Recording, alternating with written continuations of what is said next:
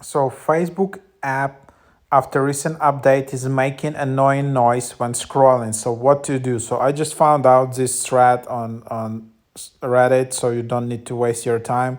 So you just basically need to turn off in-app sounds in Facebook app. So just in the bottom right of Facebook app, just tap there and scroll to the bottom and tap settings and privacies and tap settings. Scroll down to preferences, tap media, tap to next to in-app sounds to turn it off. So just basically turn off in-app sounds. Otherwise, you will just need to put your phone in the sleep mode, but then you will just put everything in a sleep mode.